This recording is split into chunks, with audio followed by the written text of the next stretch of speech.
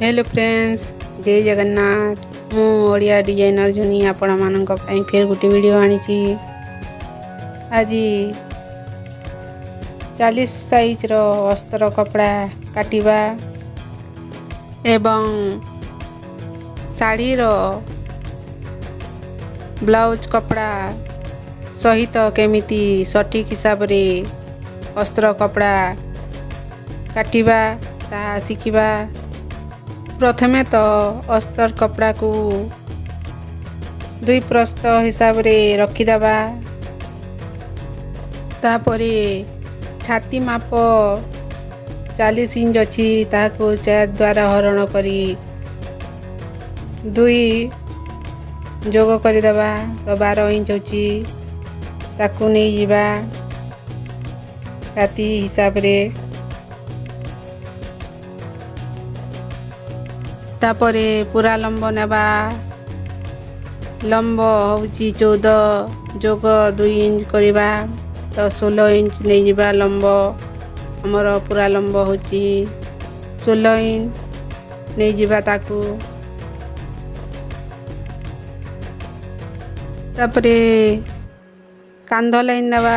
कांध हमर 12 अच्छी हरण 2 करी ताकू आधा इंच जोग करिबा तो 6.5 इंच होची ताकू नहीं जीवा।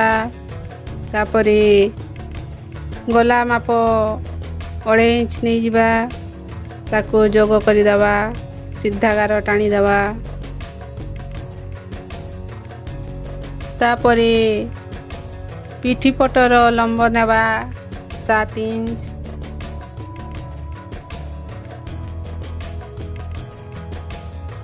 एवं पिठी पटर गला 3 इंच नहीं ताकू ऊपर पट एवं गला साइड को सीधा गार टाणी दबा।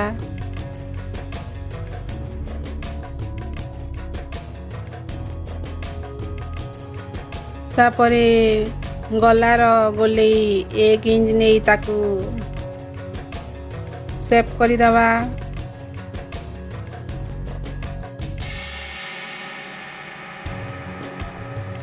तापरे मोड़ा लाइन नबा। मोड़ा लाइन आमर 40 हरण 6 करिबा। 6.6 इंच होची ताकू नहीं जीवा मोड़ा लाइन हिसाब रे।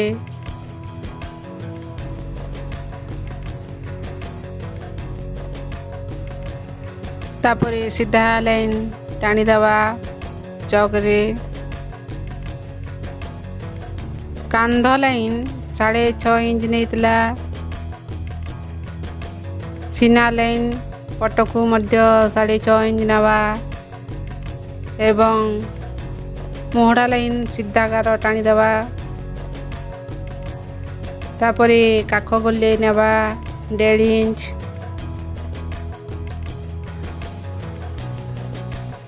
छाती लाइन ठारू कांध लाइन मध्य बिंदु बाहर करी ताकू सेप करी गोले करी देबा। ता हमर काख गोले हिजबो।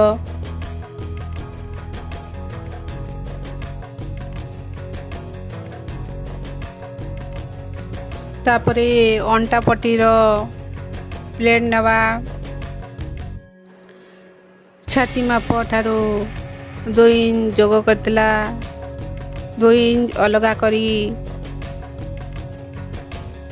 मध्य बिंदु बाहर करी ताकू आधा इंच अलगा करी दबा।